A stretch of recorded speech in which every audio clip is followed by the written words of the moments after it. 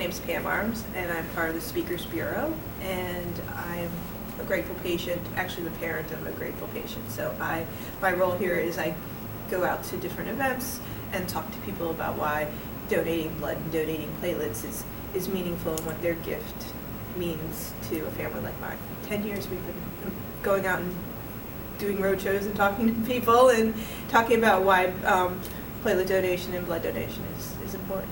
My son was born on May 17th, 1998, and everything seemed like a perfectly normal day in delivery. And when they went in to check me when we went in, he ended up being breech. Instead of coming out head first, he was coming out bottom first. So when they rolled me over, there was also a heart rate decel. So doctors were concerned and decided to do a C-section. And that was what we would sort of refer to as one of the first of many coincidences, miracles, whatever you want to call it. So I had a C-section that day, and at 1:04 he was born, and everything went great, and everyone was normal. And the second day they said, "Would you like to have your son circumcised?" And we said, "Oh, we're kind of on the fence about it, so no, not today. We'll talk about it." And later that day he started to get kind of orange, and so they checked his bilirubin levels, and they found that not only did he have high bilirubin levels, but what also happened is he had a very low platelet count. It was completely unanticipated. His platelet count at that time was 15. Anything under 50, you could spontaneously, if you're cut or if he had gone through the birth canal, he could have had a cerebral hemorrhage. So at that point, everybody was in high gear. What's the problem? What's the underlying issue? They transferred him to the NICU unit, and at that point he got his first of many transfusions of platelets. When they gave him a platelet transfusion, his platelet count rose, it went up over 200, but then it would start dropping every hour. It would drop back down to abnormally low levels, and in fact it started to drop. At one point the platelet count was 5. So it was really dangerously low. So had he gone through the birth canal, had he been circumcised, either one of those events, he would have likely died. What could possibly have caused this? And I'm an A positive blood type, so they knew, and my husband was positive, so they knew it wasn't an RH factor. They couldn't quite figure out what it was, but one doctor said, I know what it is, it's a platelet incompatibility issue.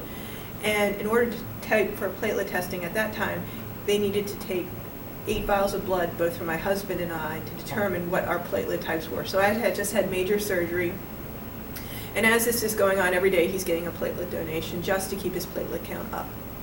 So on day 4, it's the Friday before Memorial Day, and his platelet, they've done the test and they've recognized that he is what's called PLA1 negative, which is a platelet.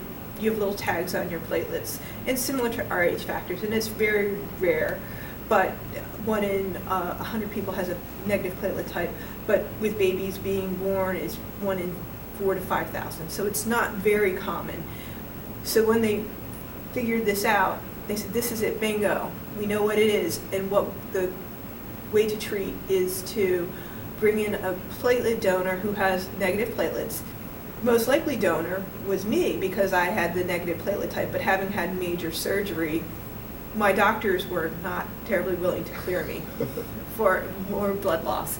So what happened was they called here to the Red Cross and they said, do you have these PLA1 negative platelets available? And a donor had come in that day before going off on Memorial Day weekend. Wow. And had platelets. So a big bag of platelets came over to the hospital, and on the Friday of Memorial Day weekend, we sat in a room with a 7-pound baby, a bag of platelets, Lasix, and sat, and he had a major platelet transfusion. And then we sat and watched his platelet count. Every hour they checked his platelet count, and it went up, and it was really hard. I went home Thursday from the hospital to leave your baby in the hospital, and Thursday night, Friday night, and Saturday his platelet count stayed up, and on Sunday we could take him home. And the doctor said, this is a miracle, that he's a miracle. Everything that happened, everything, the stars aligned. It doesn't hurt. It really only hurts for a moment, but you have to imagine what the person who's receiving on the other side is going through. We would only have one chance to get a miracle. You don't get 2 miracles in your life. You get one. So, sorry. It's okay. You only get one miracle in life, so thanks for giving it to me.